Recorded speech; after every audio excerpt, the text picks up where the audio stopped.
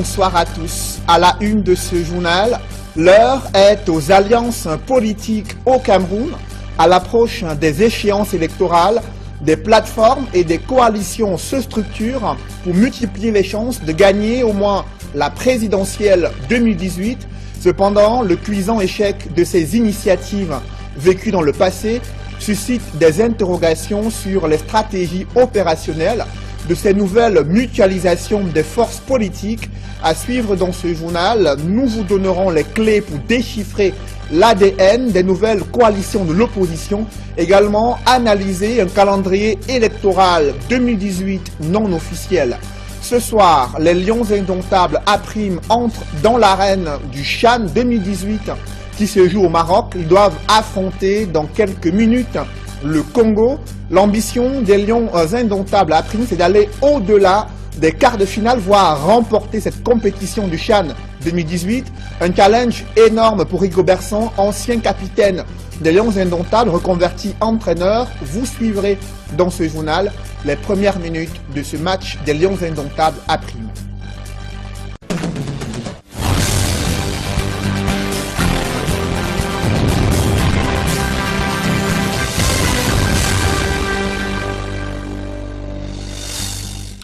Merci de suivre cette édition complète de l'information sur Equinox Télévision. Le jeu des alliances politiques a débuté sur le théâtre des échéances électorales au Cameroun.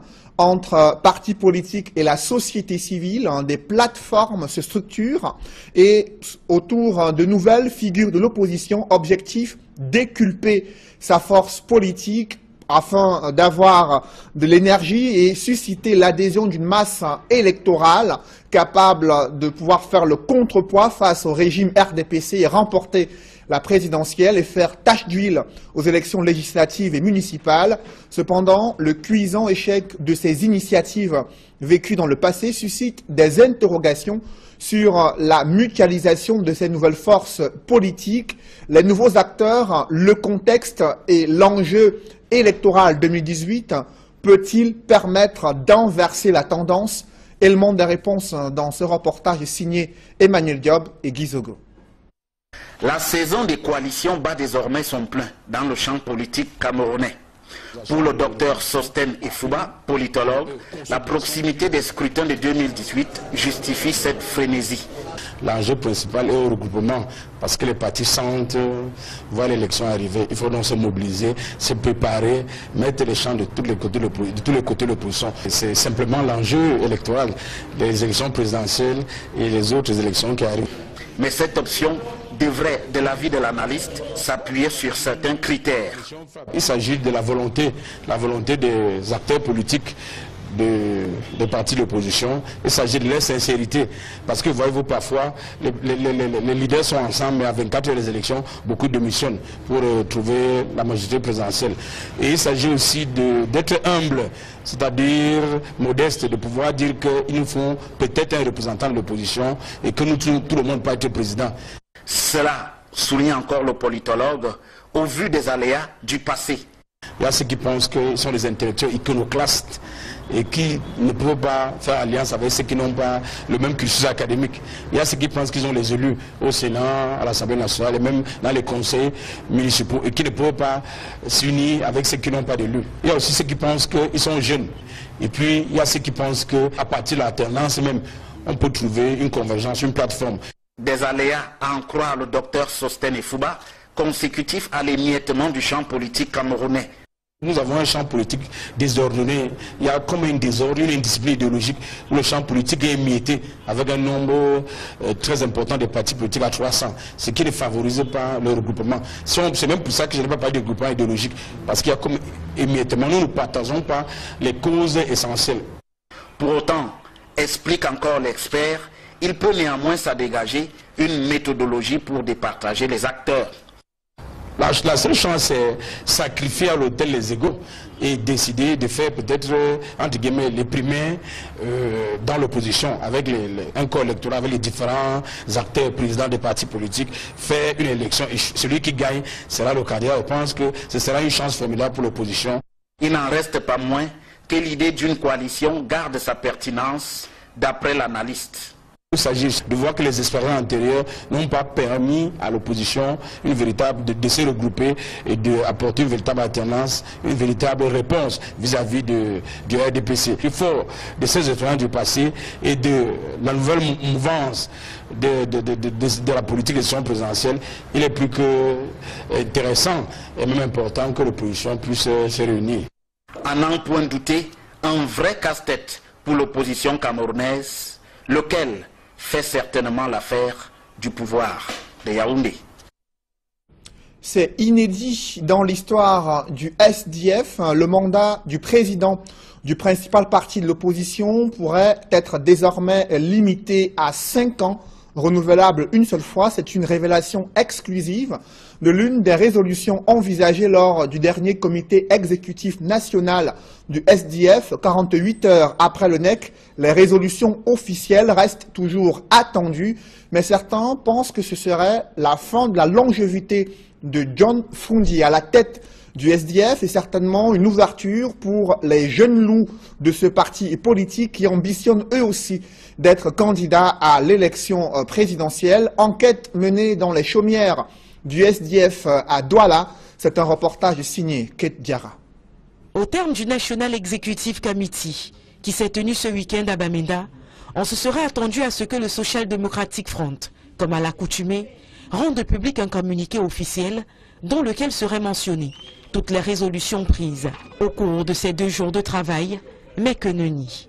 La cause à cette dérogation, il faut la chercher dans le caractère particulier de ce NEC. D'habitude, nous faisons nos NEC le samedi, on les clôture peut-être vers les 19h-20h.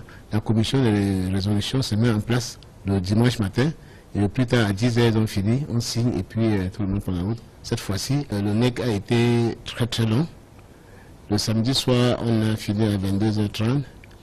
On a repris le dimanche à 10h pour finir pratiquement à 19h30, 20h. Vous voyez donc les secrétaires qui sont aussi des employés comme vous et moi devraient prendre la route.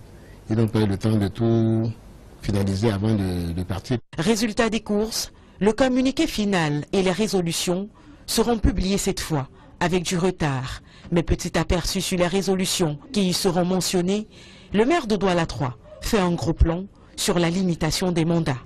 En fait, que n'avait jusqu'ici pas intégré le premier parti politique de l'opposition au Cameroun. Dans notre ancien statut, on n'avait pas prévu de limitation de mandat. Ça, c'est un exemple parmi tant d'autres. Et il fallait donc, il y a eu un amendement qui est arrivé pour dire que la prochaine fois, le mandat d'un président national est de 5 ans renouvelable une fois. Donc, le prochain président national auront pour mandat que 10 ans, pas plus. Il s'agit là d'un gros coup qui vient préparer le parti aux élections de cette année, mais surtout poser les jalons du départ du chairman John Fundi, de la tête d'un parti auquel il a consacré toute une vie. Ce qui, du point de vue de Célestin Djamène, doit être perçu comme une force d'esprit, le chairman ayant encore les capacités de gérer le parti. J'ai quitté Bamenda moi dimanche dernier. J'ai laissé un homme en pleine forme physique et intellectuelle. Donc je pense que c'est un homme qu'il faut absolument respecter parce qu'il a tenu merveilleusement ce parti pendant près de 30 ans aujourd'hui. Et je crois que pour moi, il a encore les ressources et les qualités nécessaires pour pouvoir conduire ce parti. Le nouveau président du parti et les différents candidats aux élections seront élus lors du congrès que le SDF organisera le dernier week-end du mois de février. Loin d'être déstabilisés par le presque retrait du chairman, les cadres du parti politique de l'opposition se disent sereins. Vous savez, le SDF n'a peur de rien, le SDF a peur de la peur. Et je dois dire qu'aujourd'hui, le président national du SDF est un homme qui s'est illustré encore une fois de plus par son rejet d'une logique patrimoniale du pouvoir. Il pense que quand la santé, les préoccupations de santé prévalent sur la fonction, il faut pouvoir renoncer à sa tâche. C'est d'autant plus que John Fundi ne sera pas totalement mis à l'écart. Un poste de président d'honneur sera taillé sur mesure pour lui accorder un droit de regard sur la vie du parti. Le regard résolument tourné vers le futur, le SDF se dit prêt à faire des alliances avec un ou plusieurs autres partis politiques de l'opposition, à condition qu'il soit à la hauteur de son expérience politique. Nous sommes ouverts mais à condition que les choses se prennent dans le bon sens. Il ne faut pas venir nous dire d'aller suivre quelqu'un qui sort du quartier, alors que nous tenons 27 ans d'expérience.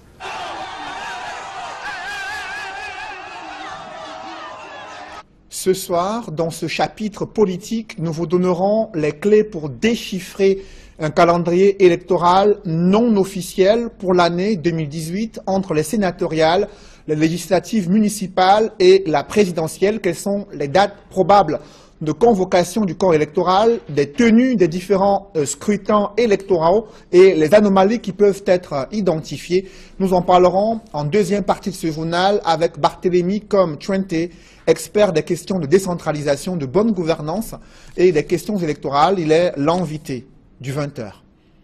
Dans le reste de l'actualité, des syndicats d'auto-école sont divisés sur le nouveau mode de paiement en ligne des inscriptions. Certains estiment que l'argent collecté permettrait de soutenir la mise en œuvre progressive de la réforme du permis de conduire. Par contre, d'autres crient à l'arnaque et ces derniers ont pris d'assaut le ministère des Transports pour manifester leur réticence à ce nouveau mode de paiement. Joël Essengue et Marcelin Gansop.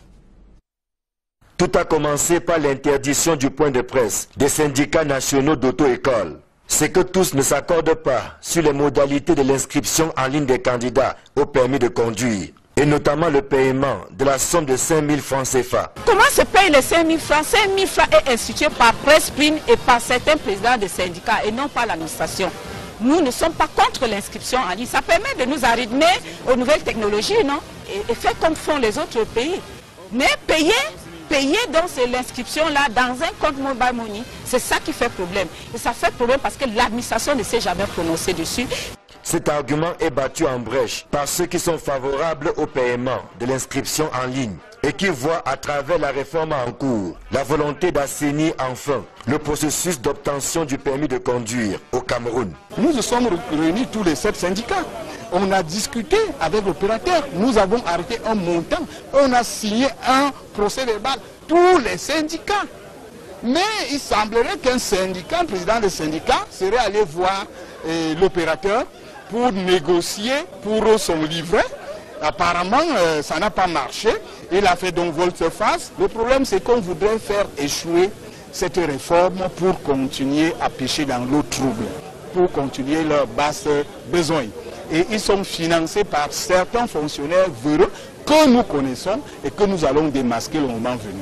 N'arrivant pas à accorder leur violon, les deux factions ont investi l'esplanade du ministère des Transports. Les sons de la discorde sont parvenus aux oreilles du ministre délégué qui a tenté un arbitrage. Nous voulons l'inscription en ligne, gratuite. Et si vous voulez qu'on paye, monsieur le ministre, instituez un arrêté et vous nous montrez le guichet du trésor public dans lequel on va payer cet argent. Nous avons un opérateur qui est un concessionnaire, qui fait du travail, qui fabrique les permis, qui est beaucoup apprécié aujourd'hui. Vous avez des clients que vous amenez. Toutes ces prestations, le candidat qui vient profiter de toutes ces affaires et le livret et tout, c'est vous qui les donnez, qui rémunérez tout ça.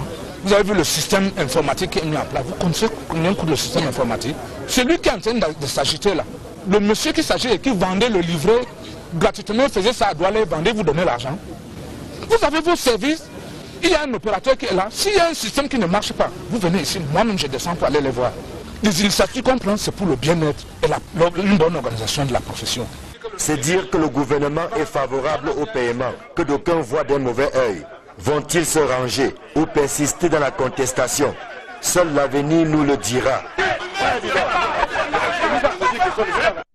Le président du syndicat national des exploitants d'auto-école défend les réformes mises en œuvre pour améliorer, bien sûr, l'obtention et les examens du permis de conduire au Cameroun. Il estime que le processus permettra plus de transparence. Je vous propose d'écouter les arguments de François Nga Mesondo sur les avantages des réformes qui sont en train d'être mises en œuvre sur l'examen de permis de conduire au Cameroun.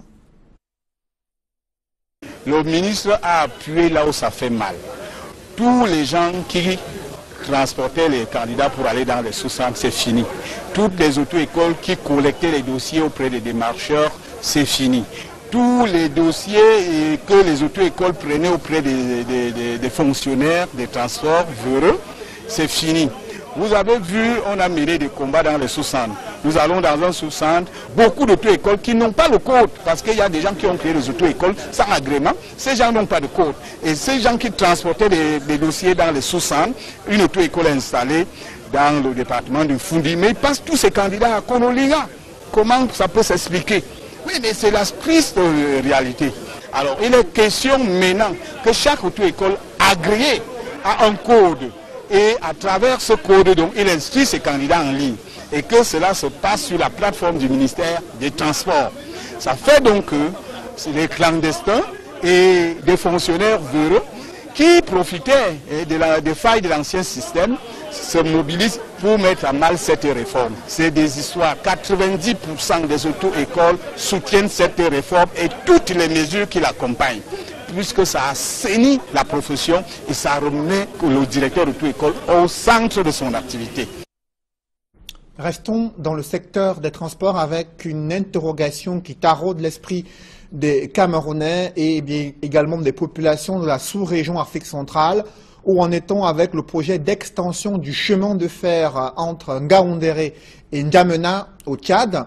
3 ans après les annonces gouvernementales, les moyens viennent d'être enfin mobilisés pour la réalisation des études de faisabilité de cette ligne de chemin de fer Ngaoundéré et N'Djamena sur le corridor justement entre le Cameroun et le Tchad.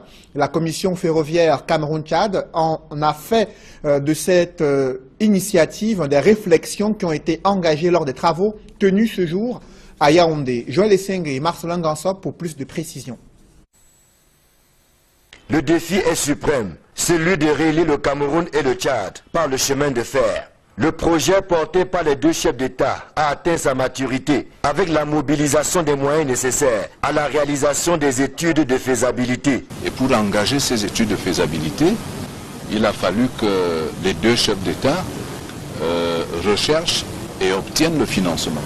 Et ce financement a été obtenu auprès de la BAD, qui a marqué sa disponibilité à accompagner les 2 États qui ont pensé que c'est un projet intégrateur qui va contribuer de manière substantielle au développement et à l'émergence de nos pays.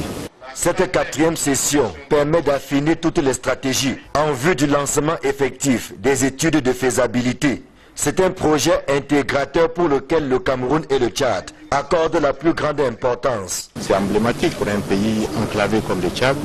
Je crois que le train était l'atout considérable pour le développement de notre pays. Donc ça soude les 2 pays encore, en plus de tout ce qu'on a ensemble. Les pipes, j'avais oublié, donc les pipes pétroliers entre le Tchad et le Cameroun. Donc vous avez il ne reste que ce maillon qui restait. Et donc aujourd'hui nous sommes très heureux. Ça comble le Tchadien d'avoir le train de N'Djamena jusqu'à Douala, notre port principal. Je crois que c'est un défi important sur lequel nous avons travaillé depuis plusieurs années. Le projet de construction de la ligne de chemin de fer entre Ngaoundéré au Cameroun et N'Djamena au Tchad va nécessiter des investissements à hauteur de 5 000 milliards de francs CFA. La solidarité constante et l'ardeur dont nous avons toujours fait preuve devaient être de nouveau mises à contribution pour la finalisation des diligences relatives au recrutement respectif du consultant appelé à réaliser les études de faisabilité et de l'assistant à la maîtrise d'ouvrage, avec pour ambition de donner un coup d'accélérateur significatif à la réalisation de cette infrastructure stratégique de transport ferroviaire. Au-delà du Cameroun et du Tchad, qui sont les principaux bénéficiaires, c'est toute l'Afrique qui devrait tirer avantage du projet, dont on n'attend plus que la concrétisation. Restons dans le secteur des transports, où un phénomène dicte sa loi depuis de nombreuses années dans la capitale économique, la surcharge observée sur les motos et dans les taxis. Passagers et également chauffeurs de taxi ou de moto-taxi, ça donne à cœur joie. Certains évoquent la conjoncture économique et pourtant ils sont conscients des risques élevés d'accidents et autres contraintes auxquelles ils sont exposés. C'est le constat qu'ont fait nos reporters Innocent Abega et Gladys Sidier dans ce reportage.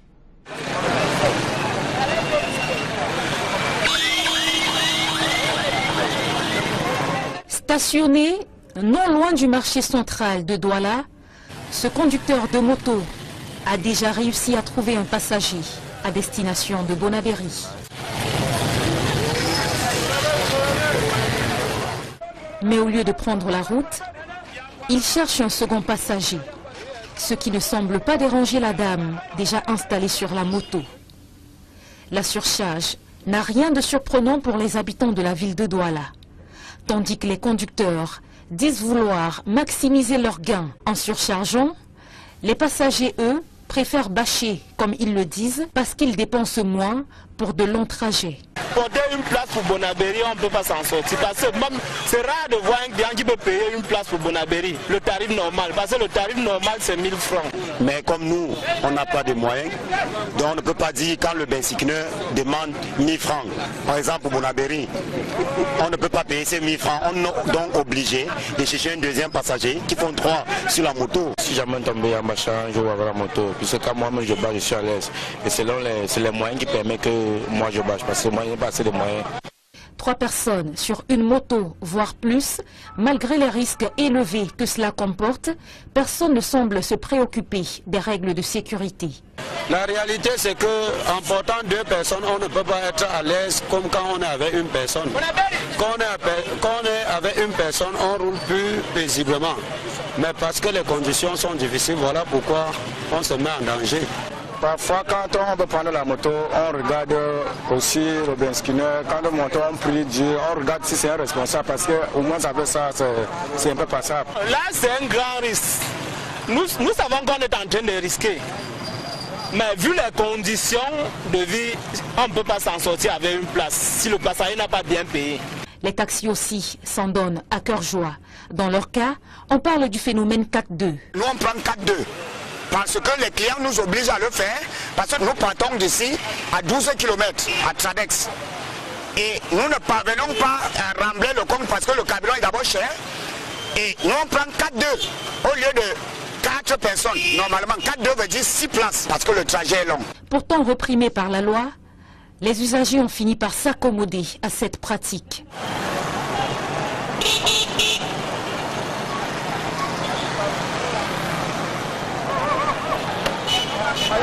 La surcharge fait de la résistance à Douala. Je vous le disais en titre, les Lions indomptables A-Prime qui entrent dans l'arène. Désormais, l'entraîneur des Lions A-Prime, le premier match qui débute dans quelques minutes du côté du Maroc. Dans le reste de l'actualité, quelle est l'ambiance qui prévaut à Buea après cette journée de panique vécue hier durant toute la journée où des rumeurs d'infiltration des assaillants avaient suscité la psychose? Le gouverneur du Sud-Ouest avait démenti cette information et rassuré les populations sur les mesures de sécurité. Quelle ambiance ce jour? Élément de réponse avec Éric Martial Djomo. Sur ce tableau, la date du mardi 16 janvier 2018. Les cours ont donc repris dans la plupart des établissements scolaires de Limbe, Buea, Mutengene, Tiko, Muyuka et autres de la région du Sud-Ouest après les scènes de panique de la veille. Dans cette classe, au moment de notre passage, un cours de physique est dispensé. L'enseignant s'évertue à la tâche malgré les nombreux bancs inoccupés. Pour les responsables de cet établissement, le mauvais vent est passé. Les cours sont effectifs même si tous les élèves ne sont pas présents. Nous devons mettre la peur de côté. Nous ne devons pas céder la voix à la rumeur. Nous encourageons les parents à renvoyer les enfants à l'école. Le maire de Buea, Ekema Patrick Esungé, croit quant à lui savoir que les complicités relativement à la panique liée à la rumeur se recrutent parmi certains responsables d'établissements scolaires. Pour lui, force revient à la loi. Il se réjouit par ailleurs de la reprise observée tant dans les établissements scolaires que dans la ville de Buea sur le plan économique. L'université de Buea, elle aussi secouée par cette rumeur, a vu ses activités reprendre timidement en ce mardi matin. Paul Aya Abiné et ses dons aux prisonniers sont-ils malvenus à la prison principale de Bamenda, alors que depuis sa sortie de prison, ce magistrat hors hiérarchie qui a été envoyé en retraite continue bien sûr de partager un moment de solidarité avec des prisonniers à Kondengui, à Yaoundé, mais aussi à Bamenda et à Boya. Et récemment, un don des produits alimentaires qu'il a voulu effectuer à la prison centrale de Bamenda a été refusé. Les concernés n'ont pas souhaité s'exprimer sur les raisons de ce refus. On fait le point avec Séverin Chouban, Julienne Berthebissaille et Stella Mbou. Un important don de denrées de première nécessité pour les détenus de la prison centrale de Bamenda. Cet élan de cœur est l'œuvre du magistrat hors hiérarchie Paul Aya Abiné, ici représenté par son fils. Depuis sa libération de prison le 30 août 2017 par un décret présidentiel, le magistrat n'a cessé de démontrer sa solidarité envers les détenus. Malheureusement, cette aide humanitaire ne sera acheminée à qui de droit. Nous avons acheté les produits de première nécessité pour les détenus de la prison centrale de Bamenda. Nous avons souscrit normalement pour le faire, mais nous avons reçu un appel du régisseur de la prison nous faisant savoir que nous ne sommes pas permis d'être ici et que nous devons nous rendre à Yaoundé pour obtenir une autorisation afin d'offrir cette aide humanitaire. Et nous sommes vraiment déçus. Malgré ce refus, l'équipe du People's Action Party n'entend pas lâcher prise. Nous sommes en train de trouver des voies et moyens afin de faire parvenir ces dons humanitaires aux prisonniers en lieu et place de notre présence, parce que nous sommes interdits de le faire. Espérant que la démarche entamée auprès des autorités compétentes aboutisse, ce don servira à l'amélioration des conditions de vie des détenus de ce centre pénitentiaire. Sa famille politique ne l'a pas oublié 47 ans après l'exécution d'Ernest Ouandjé à Bafoussam. Des UPCistes ont rendu hommage à l'un des pères fondateurs de ce parti nationaliste, un héros qui a défendu une réelle indépendance du Cameroun. Dallas Tiana et Jean-Paul Chouniat. La commémoration de la mort d'Ernest Ouandjé est un rituel à l'Union des populations du Cameroun. 47 ans après sa mort, ses camarades sont une fois encore autour de sa tombe pour honorer la mémoire du nationaliste exécuté le 15 janvier 1971 à Bafoussam. Nous qui sommes les héritiers de ce combat-là, c'était très important que nous soyons aussi les premiers à se battre pour ce devoir de mémoire. Pour ses héritiers, le martyr Ernest Ouandjé et ses camarades de lutte, Omniobé, Félix Moumié et tous les autres, doivent rester à jamais des modèles pour la jeunesse. La jeunesse du Cameroun doit s'engager, elle aussi, pour que le Cameroun reste souverain et uni.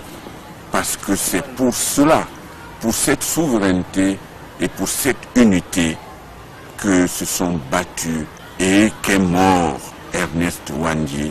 Je dis à la jeunesse camerounaise qu'en réalité, les valeurs de patriotisme qui sont contre la corruption et tous les mots qui minent le Cameroun devraient être remis en valeur. Et l'une des personnes que je pense être plus agréée pour ça, c'est Ernest Ouandjé. À l'Union des populations du Cameroun, Ernest Ouandjé et ses camarades ne s'étaient pas battus jusqu'à la dernière goutte de sang pour libérer uniquement le Cameroun. La graine qu'ils ont sémée, elle n'a pas tombé seulement au Cameroun. Ils l'ont portée beaucoup plus loin et partout ailleurs. Ils ont été les parrains de la libération de l'Afrique. Et pour coller à l'actualité de l'heure dans les régions du sud-ouest et du nord-ouest, le thème retenu pour cette 47e commémoration est « Crise anglophone, la diversité est notre force ». Parlons à présent de cette mission d'inspection de la CAF qui séjourne à Douala. Ce mardi, elle a pu visiter quelques infrastructures sportives et hôtelières afin d'évaluer le niveau de préparation du Cameroun. pays hôte de la CAN 2019. Un reportage Farel Bounia et Donald Brice-Kamgan. 8 clos de près de 3 heures dans l'enclos du stade de Japoma entre la mission d'inspection de la Confédération africaine de football et le comité de site de la région du littoral. De quoi discutent les deux parties aussi longtemps sur ce site qui abrite le stade principal de 50 000 places et son annexe. Rien ne filtre, les médias privés ont été priés d'attendre dehors. Moi, je crois que même si l'inspection doit se passer à huis clos, il faudrait quand même que nous ayons des bribes d'informations. Et surtout qu'il y a 2 poids, 2 mesures, parce que les journalistes du service public, eux, ils ont accès à l'information. Nous n'en avons pas. Ce n'est pas juste. Le gouverneur de la région du littoral, je l'interpelle parce qu'en réalité, le matin, il a permis qu'on puisse avoir accès, qu'on a fait quelques prises d'image à l'arrivée des experts de la CAF.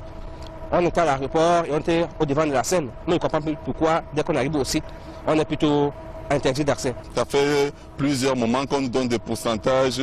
On n'a pas d'informations précises, on n'a pas d'image précise de ce qui se passe à l'intérieur. Nous, on a pensé qu'aujourd'hui, que la mission de la CAF devait être là. Nous aussi, on devait avoir accès à ce site qui est très fermé depuis un bon bout, pour des raisons qu'on ignore. Si c'est jaune, c'est jaune. Si c'est noir, c'est noir. Si les employés sont à la tâche sur le chantier à 20% de réalisation, d'après le maître d'œuvre, qui projette la livraison en septembre prochain, ce n'est pas sans rappeler les turbulences que connaît le climat social dans ce projet. La dernière infrastructure sportive inspectée pour cette première journée, c'est le stade de Mbappé-Lépé où les travaux sont entamés.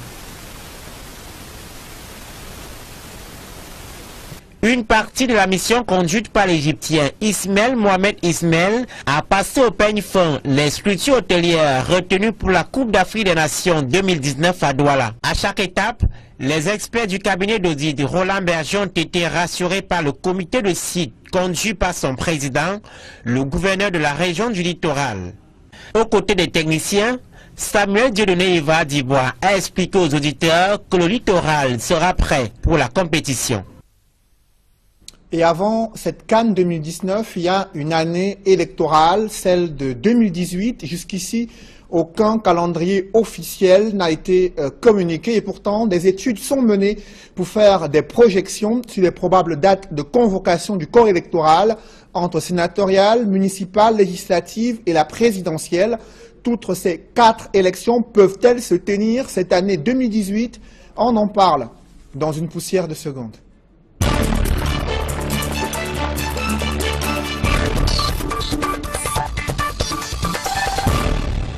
Je reçois sur ce plateau un expert en décentralisation et bonne gouvernance, Barthélémy Kom-Twente. Bonsoir. Bonsoir. Vous avez mené une étude sur le calendrier électoral non officiel, sur la base d'un certain nombre de projections. Qu'est-ce qui a motivé cette étude que vous avez menée? Et comme vous le savez, les élections sont un temps fort dans le processus démocratique d'un pays. Car les élections seules sont considérées comme le moyen de représentation de la population et d'accession au pouvoir. C'est pour cela que le peuple souverain attache beaucoup d'importance à l'organisation des élections transparentes, crédibles et sécurisées, car elles contribuent aussi à un apaisement du climat social et du climat politique. L'un des instruments de la transparence, ce serait la communication officielle sur le calendrier électoral. Elle reste encore attendue jusqu'à ce jour, mais vous avez mené cette étude-là. Sur quelle base avez-vous effectué vos calculs pour mener des projections sur un calendrier électoral non officiel? La base de mon étude est fondée essentiellement sur le code électoral. Parce que le code électoral en soi-même a des dates vraiment fermes en matière d'organisation du scrutin et de convocation du corps électoral. C'est ainsi que pour l'élection présidentielle, il est dit clairement que cette élection doit être organisée 20 jours au moins et 50 jours au plus avant l'expiration du mandat du président de la République. Or, le président de la République en fonction a prêté serment le 3 mai 3 novembre le 3 novembre 2011. 2011. Alors quand vous faites la compilation de ces textes, vous voyez donc que l'élection présidentielle se situe entre le 14 septembre et le 14 octobre 2018.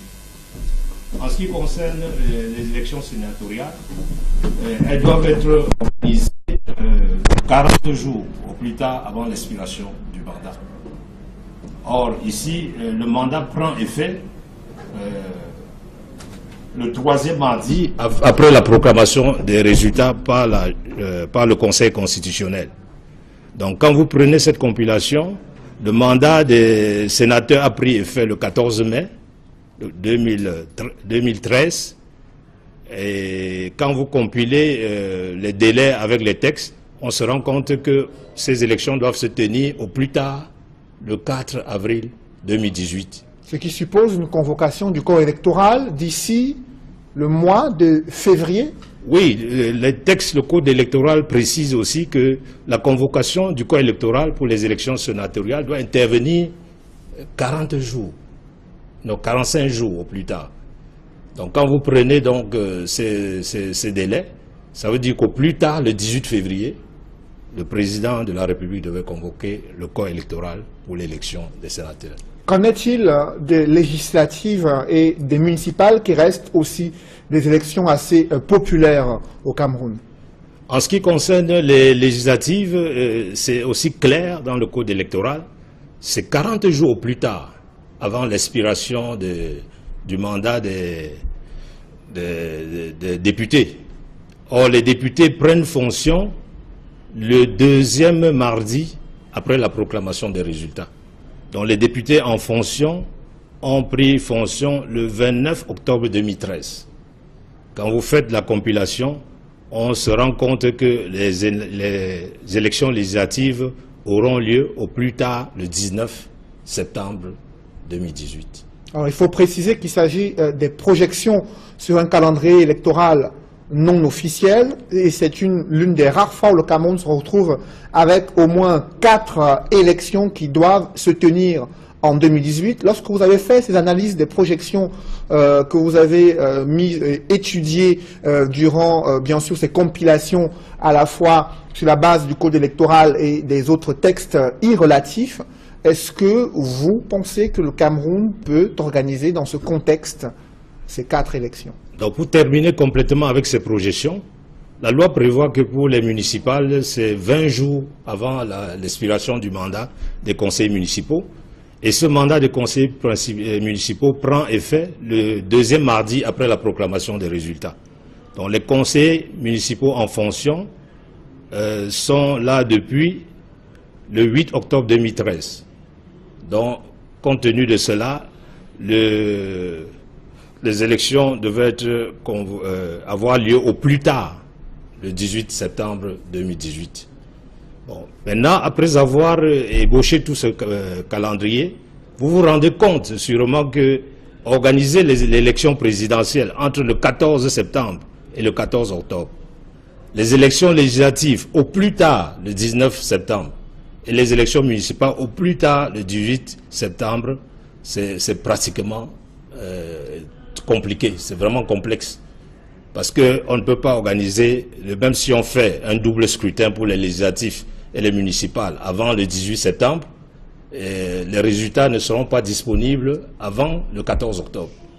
C'est pour ça qu'il est clair qu'on s'achemine vers un triple scrutin. Et ça, c'est l'un des scénarios que vous imaginez, bien sûr, oui, qui pourrait se tenir.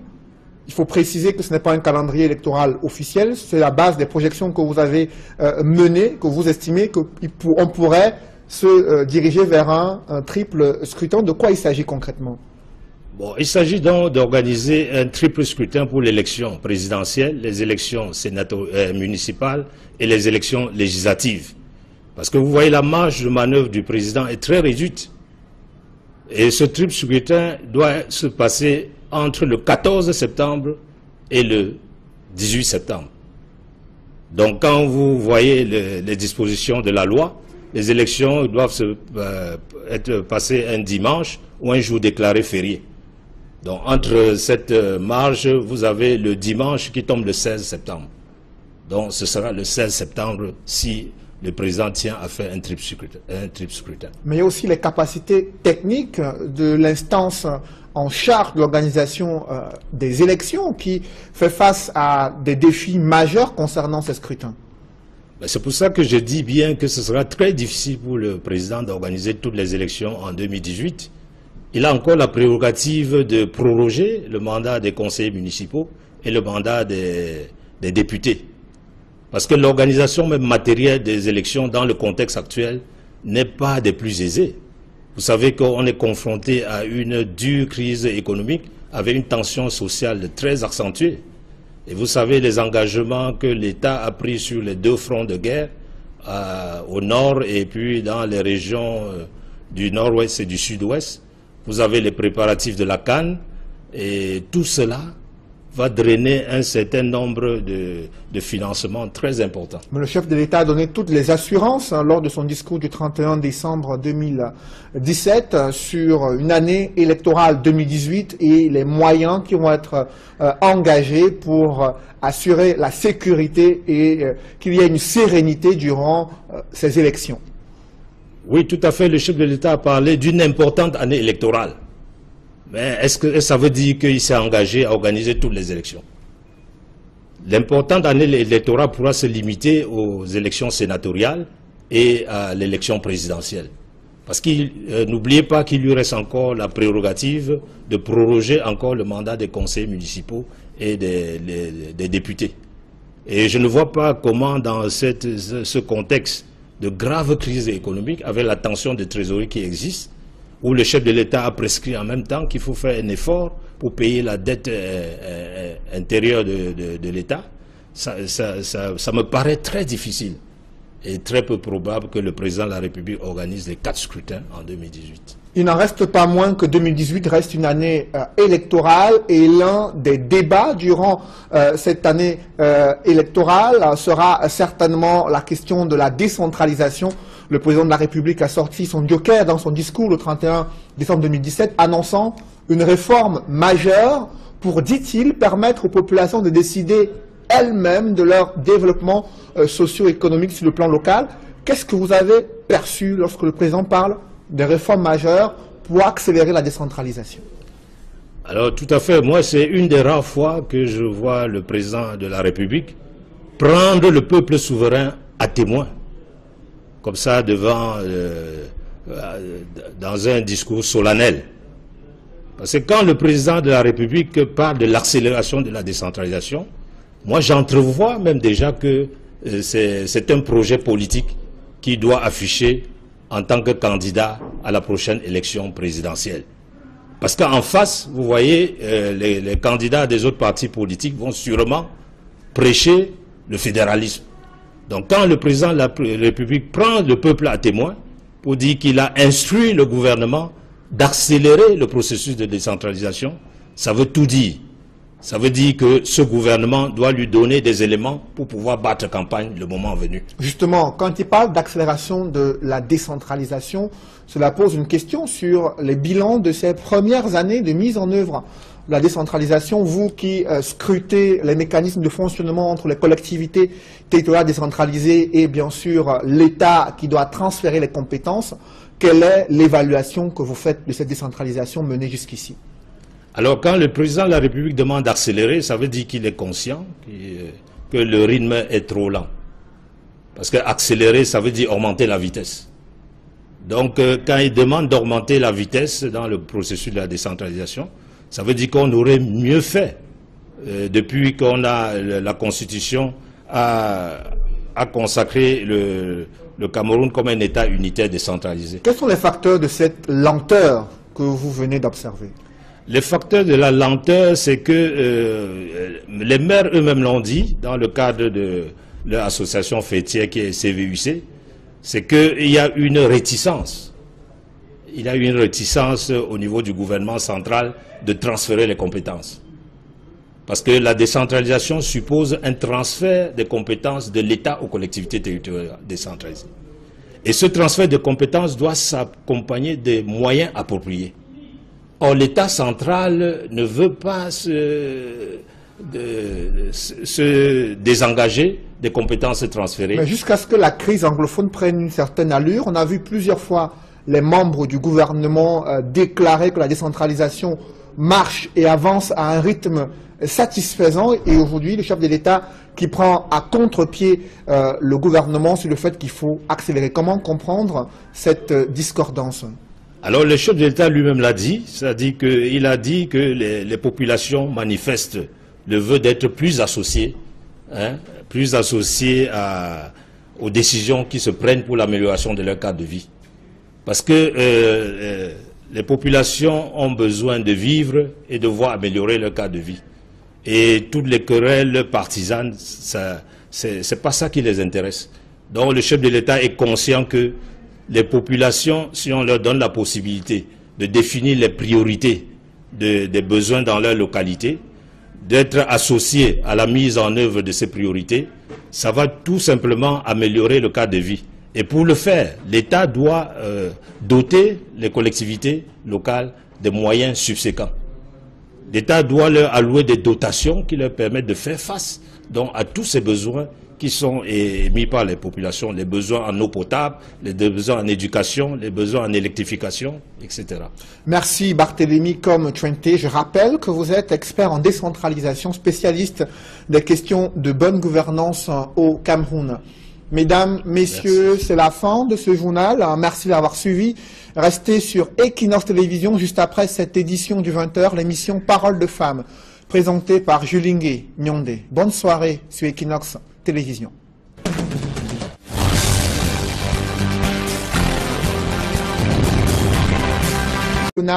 Du SDF, 48 heures après le NEC, les résolutions officielles restent toujours attendues, mais certains pensent que ce serait la fin de la longévité de John Fundi à la tête du SDF et certainement une ouverture pour les jeunes loups de ce parti politique qui ambitionnent eux aussi d'être candidats à l'élection présidentielle. Enquête menée dans les chaumières du SDF à Douala, c'est un reportage signé Kate Diarra.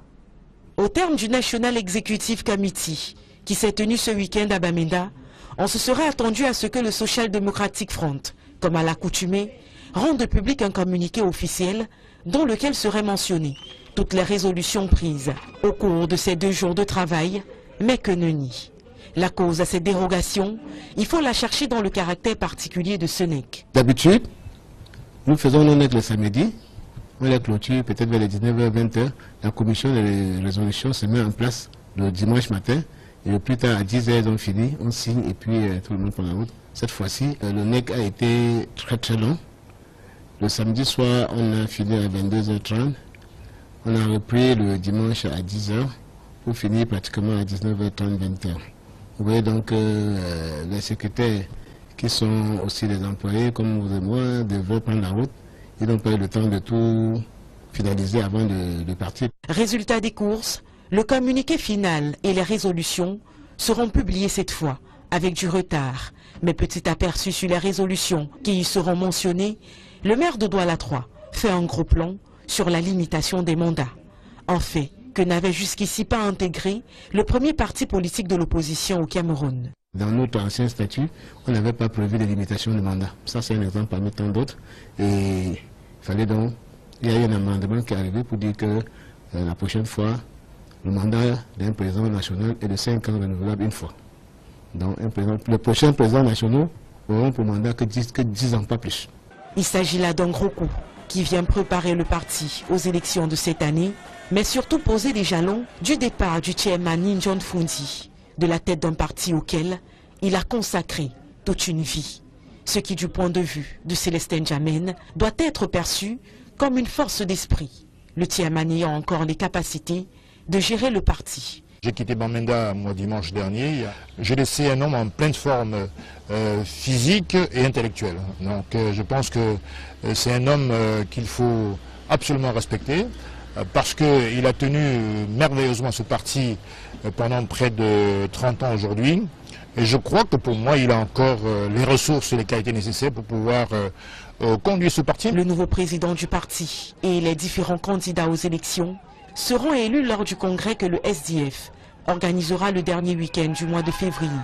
Loin d'être déstabilisés par le presque retrait du chairman, les cadres du parti politique de l'opposition se disent sereins. Vous savez, le SDF n'a peur de rien, le SDF a peur de la peur. Et je dois dire qu'aujourd'hui, le président national du SDF est un homme qui s'est illustré encore une fois de plus par son rejet d'une logique patrimoniale du pouvoir. Il pense que quand la santé, les préoccupations de santé prévalent sur la fonction, il faut pouvoir renoncer à sa tâche. C'est d'autant plus que Nidjan Fundi ne sera pas totalement mis à l'écart. Un poste de président d'honneur sera taillé sur mesure pour lui accorder un droit de regard sur la vie du parti. Le regard résolument tourné vers le futur, le SDF se dit prêt à faire des alliances avec un ou plusieurs autres partis politiques de l'opposition, à condition qu'il soit à la hauteur de son expérience politique. Nous sommes ouverts, mais à condition que les choses se prennent dans le bon sens. Il ne faut pas venir nous dire d'aller suivre quelqu'un qui sort du quartier, alors que nous avons notre nom 27 ans d'expérience.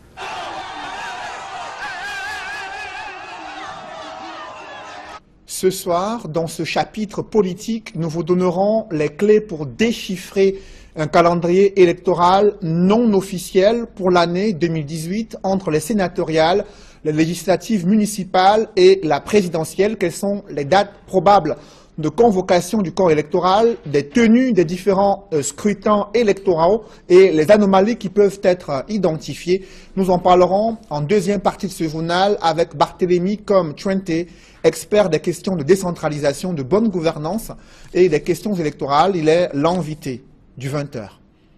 Dans le reste de l'actualité, des syndicats d'auto-école sont divisés sur le nouveau mode de paiement en ligne des inscriptions. Certains estiment que l'argent collecté permettrait de soutenir la mise en œuvre progressive de la réforme du permis de conduire. Par contre, d'autres crient à l'arnaque et ces derniers ont pris d'assaut le ministère des Transports pour manifester leur réticence à ce nouveau mode de paiement. Joël Essengue et Marcelin Gansop. Tout a commencé par l'interdiction du point de presse des syndicats nationaux d'auto-école. C'est que tous ne s'accordent pas sur les modalités de l'inscription en ligne des candidats au permis de conduire, et notamment le paiement de la somme de 5 000 francs CFA. Comment se paye les 5 000 francs? 5 000 francs est institué par Presse-Prime et par certains présidents des syndicats et non par l'administration. Nous ne sommes pas contre l'inscription en ligne. Ça permet de nous arrimer aux nouvelles technologies, non? Et faire comme font les autres pays. Mais payer donc l'inscription-là dans un compte mobile money, c'est ça qui fait problème. Et ça fait problème parce que l'administration ne s'est jamais prononcée dessus. Cet argument est battu en brèche par ceux qui sont favorables au paiement de l'inscription en ligne et qui voient à travers la réforme en cours la volonté d'assainir enfin le processus d'obtention du permis de conduire au Cameroun. Nous nous sommes réunis tous les 7 syndicats.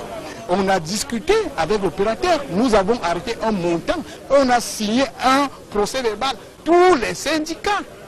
Mais il semblerait qu'un syndicat, un président de syndicat, serait allé voir l'opérateur pour négocier pour son livret.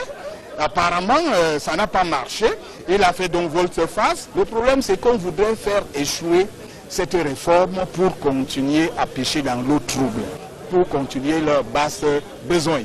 Et ils sont financés par certains fonctionnaires véreux que nous connaissons et que nous allons démasquer le moment venu.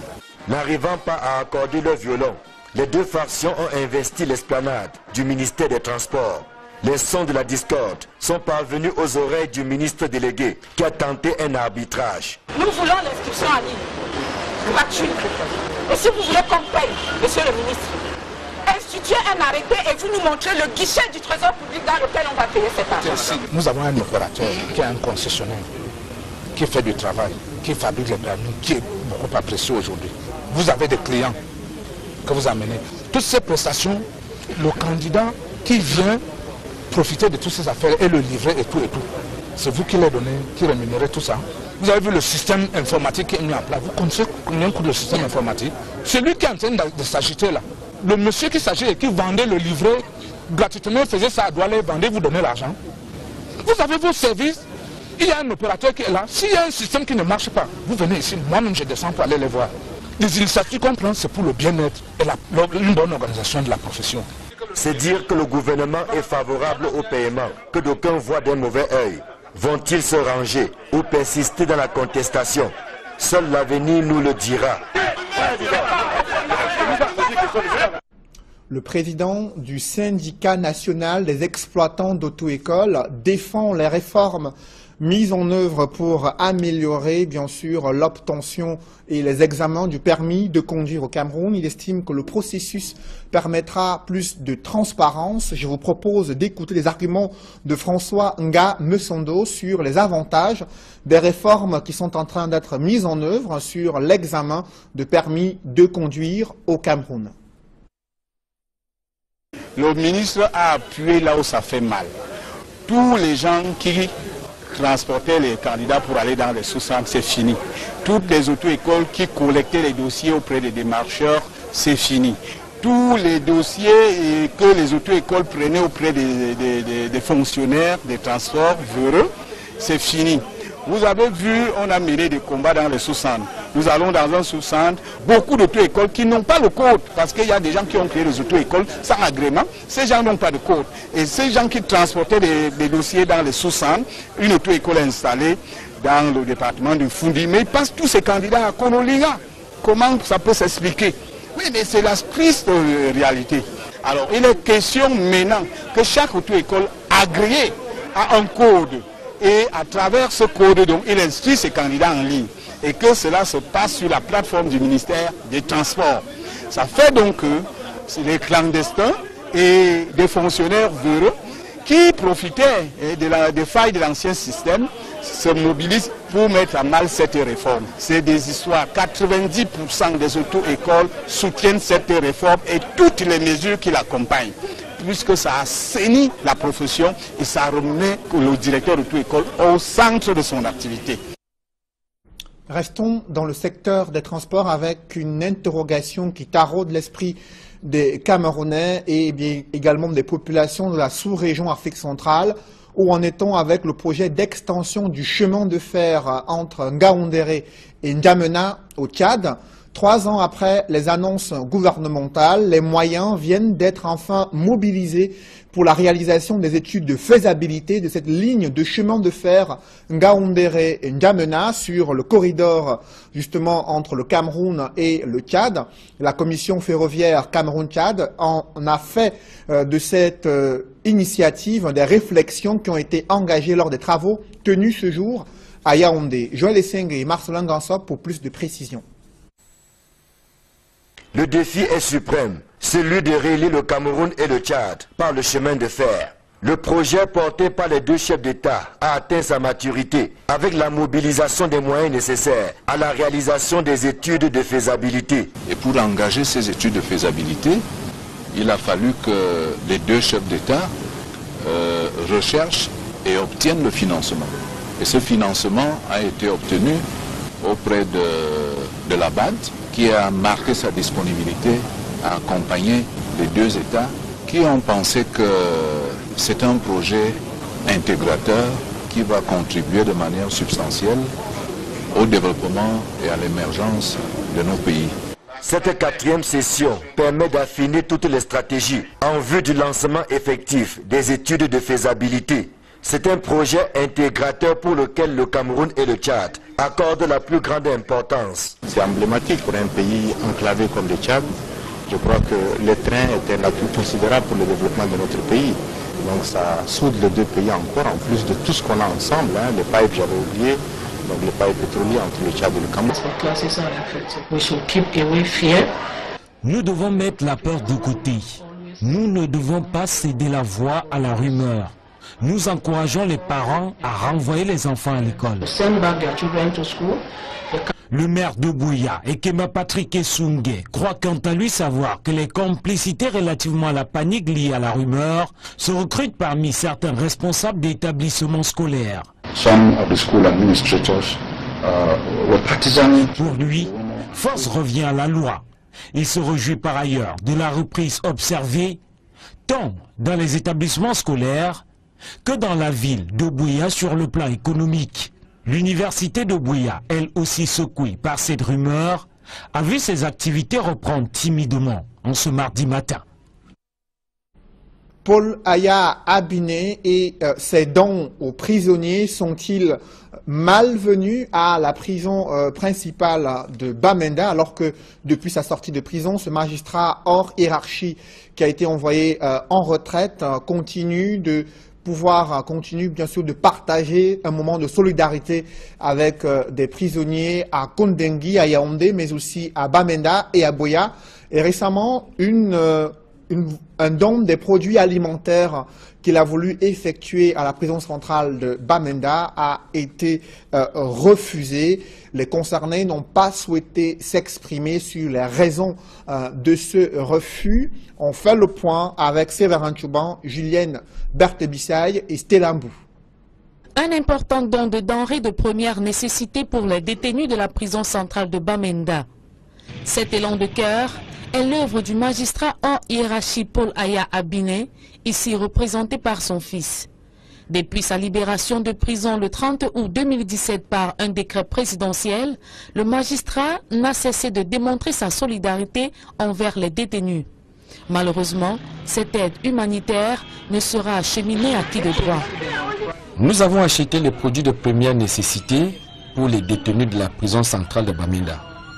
Nous avons souscrit normalement pour le faire, mais nous avons reçu un appel du régisseur de la prison nous faisant savoir que nous ne sommes pas permis d'être ici et que nous devons nous rendre à Yaoundé pour obtenir une autorisation afin d'offrir cette aide humanitaire. Et nous sommes vraiment déçus.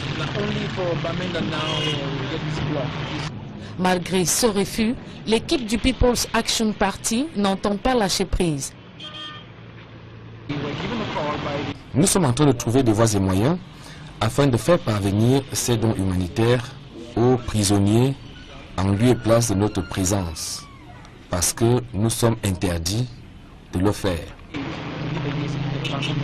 Espérant que la démarche entamée auprès des autorités compétentes aboutisse, ce don servira à l'amélioration des conditions de vie des détenus de ce centre pénitentiaire.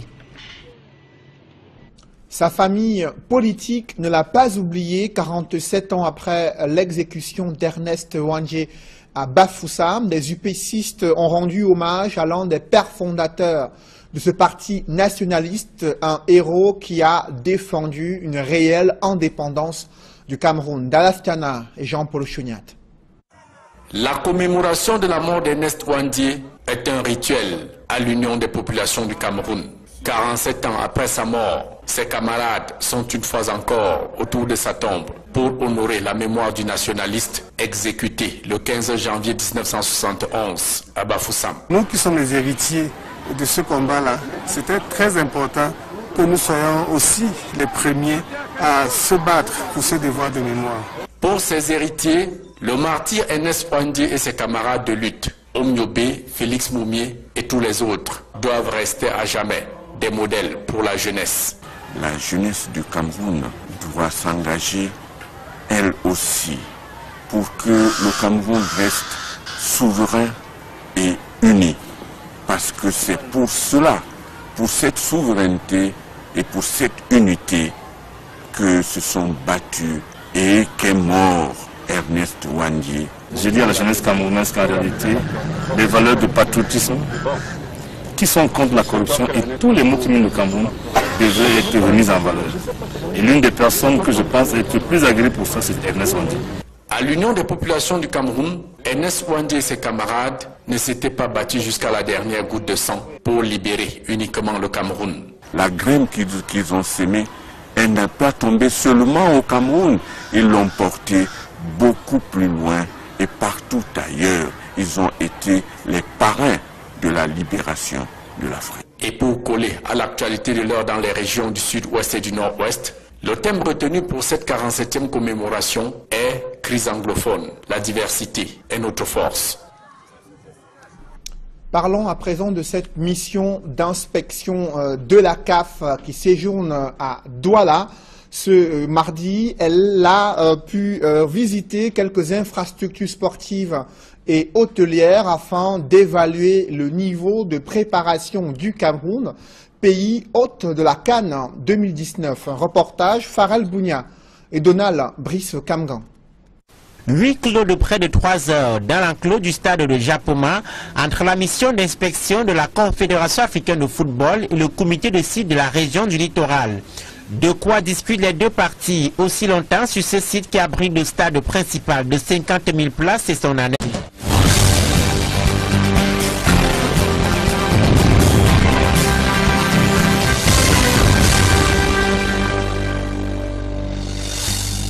Bonsoir à tous. À la une de ce journal, l'heure est aux alliances politiques au Cameroun. À l'approche des échéances électorales, des plateformes et des coalitions se structurent pour multiplier les chances de gagner au moins la présidentielle 2018. Cependant, le cuisant échec de ces initiatives vécues dans le passé suscite des interrogations sur les stratégies opérationnelles de ces nouvelles mutualisations des forces politiques. À suivre dans ce journal, nous vous donnerons les clés pour déchiffrer l'ADN des nouvelles coalitions de l'opposition. Également, analyser un calendrier électoral 2018 non officiel. Ce soir, les Lions indomptables A' entrent dans l'arène du CHAN 2018 qui se joue au Maroc. Ils doivent affronter dans quelques minutes le Congo. L'ambition des Lions indomptables A', c'est d'aller au-delà des quarts de finale, voire remporter cette compétition du CHAN 2018. Un challenge énorme pour Rigobert Song, ancien capitaine des Lions indomptables, reconverti entraîneur. Vous suivrez dans ce journal les premières minutes de ce match des Lions indomptables A'.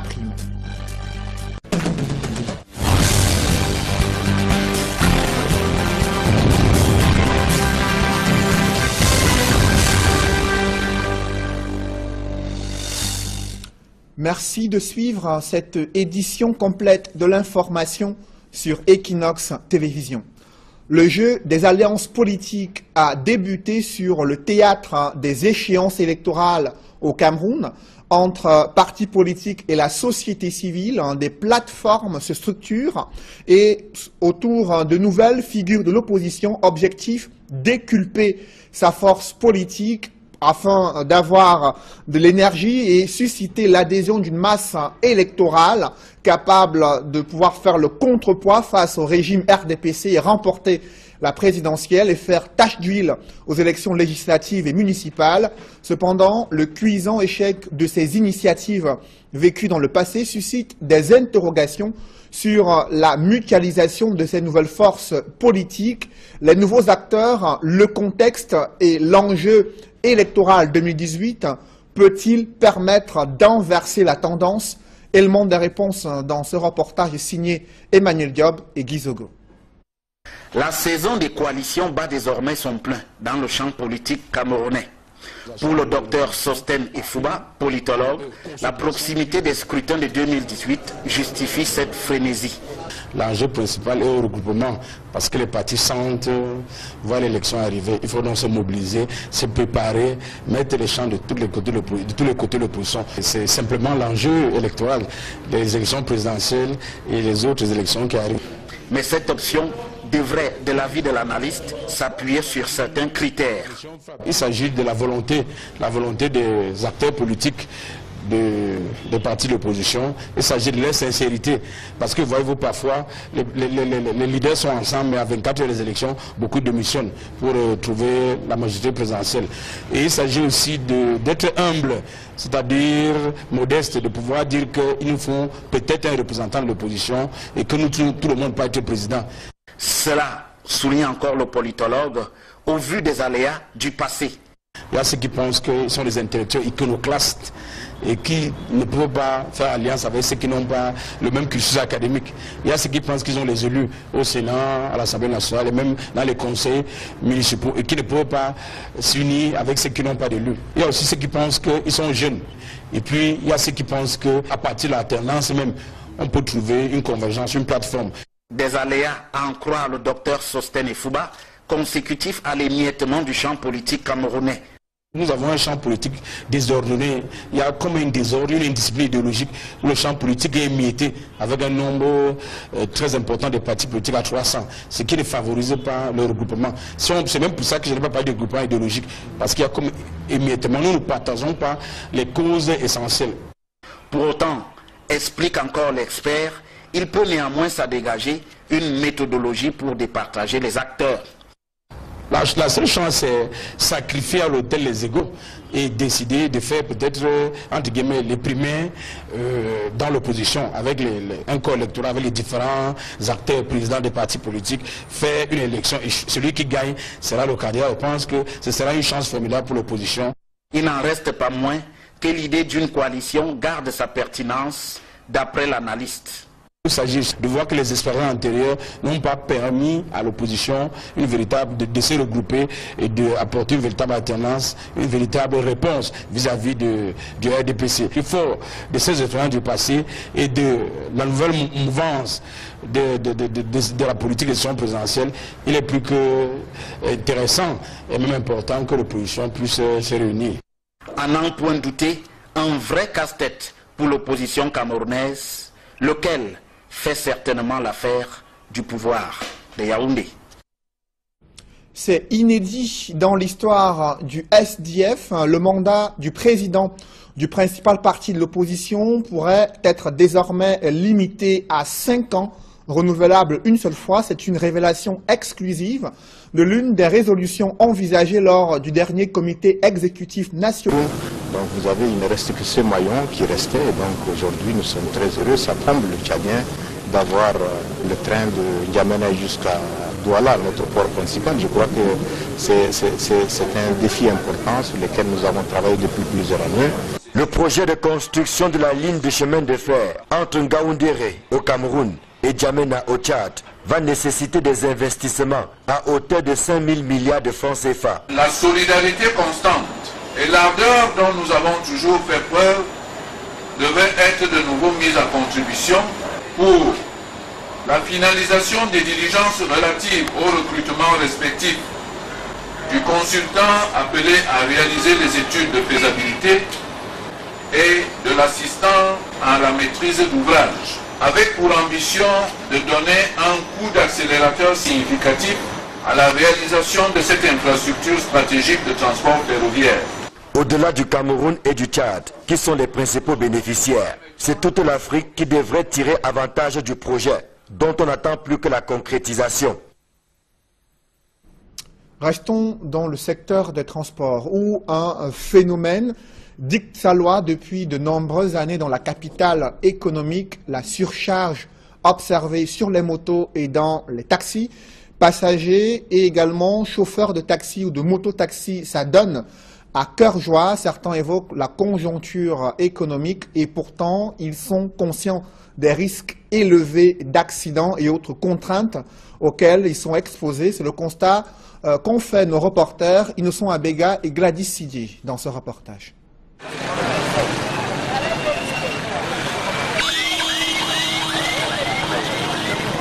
Stationné non loin du marché central de Douala, ce conducteur de moto a déjà réussi à trouver un passager à destination de Bonabéry. Mais au lieu de prendre la route, il cherche un second passager, ce qui ne semble pas déranger la dame déjà installée sur la moto. La surcharge n'a rien de surprenant pour les habitants de la ville de Douala, tandis que les conducteurs disent vouloir maximiser leurs gains en surchargeant. Les passagers, eux, préfèrent bâcher, comme ils le disent, parce qu'ils dépensent moins pour de longs trajets. Porter une place pour Bonabéry, on ne peut pas s'en sortir. Parce que même, c'est rare de voir un client qui peut payer une place pour Bonabéry, le tarif normal. Parce que le tarif normal, c'est 1000 francs. Mais comme nous, on n'a pas de moyens, donc on ne peut pas dire quand le benzineur demande 1000 francs. Par exemple, pour Bonabéry, on ne peut pas payer ces 1000 francs. On est donc obligé de chercher un deuxième passager qui font 3 sur la moto. Si jamais tombé en machin, je vais avoir la moto. Puisque quand moi-même je bats, je suis à l'aise. Et c'est les moyens qui permettent que moi je bâche. Parce que moi, je n'ai pas assez de moyens. 3 personnes sur une moto, voire plus, malgré les risques élevés que cela comporte, personne ne semble se préoccuper des règles de sécurité. La réalité, c'est qu'en portant 2 personnes, on ne peut pas être à l'aise comme quand on est avec une personne. Quand on est avec une personne, on roule plus paisiblement. Mais parce que les conditions sont difficiles, voilà pourquoi on se met en danger. Parfois, quand on peut prendre la moto, on regarde aussi Robin Skinner. Quand on monte, on prie Dieu, on regarde si c'est un responsable parce qu'au moins avec ça, c'est un peu passable. Là, c'est un grand risque. Nous savons qu'on est en train de risquer. Mais vu les conditions de vie, on ne peut pas s'en sortir avec une place si le passager n'a pas bien payé. Les taxis aussi s'en donnent à cœur joie. Dans leur cas, on parle du phénomène 4-2. Nous, on prend 4-2 parce que les clients nous obligent à le faire parce que nous partons d'ici à 12 km à Tradex. Et nous ne parvenons pas à rembler le compte parce que le carburant est d'abord cher. Et nous, on prend 4-2 au lieu de 4 personnes. Normalement, 4-2 veut dire 6 places parce que le trajet est long. Pourtant reprimés par la loi, les usagers ont fini par s'accommoder à cette pratique.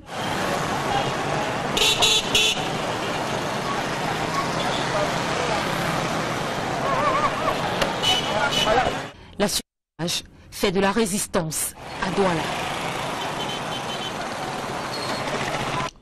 Je vous le disais en titre, les Lions indomptables A-Prime qui entrent dans l'arène. Désormais, l'entraîneur des Lions A-Prime, le premier match qui débute dans quelques minutes du côté du Maroc.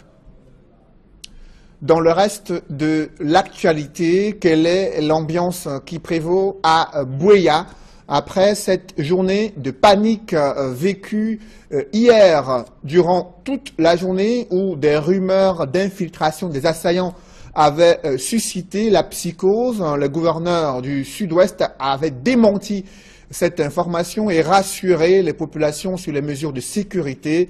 Quelle ambiance ce jour? Élément de réponse avec Eric Martial Djomo. Sur ce tableau, la date du mardi 16 janvier 2018.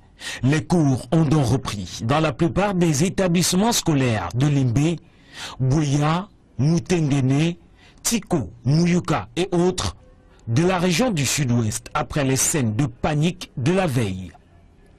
Dans cette classe, au moment de notre passage, un cours de physique est dispensé. L'enseignant s'évertue à la tâche malgré les nombreux bancs inoccupés. Pour les responsables de cet établissement, le mauvais vent est passé. Les cours sont effectifs même si tous les élèves ne sont pas présents.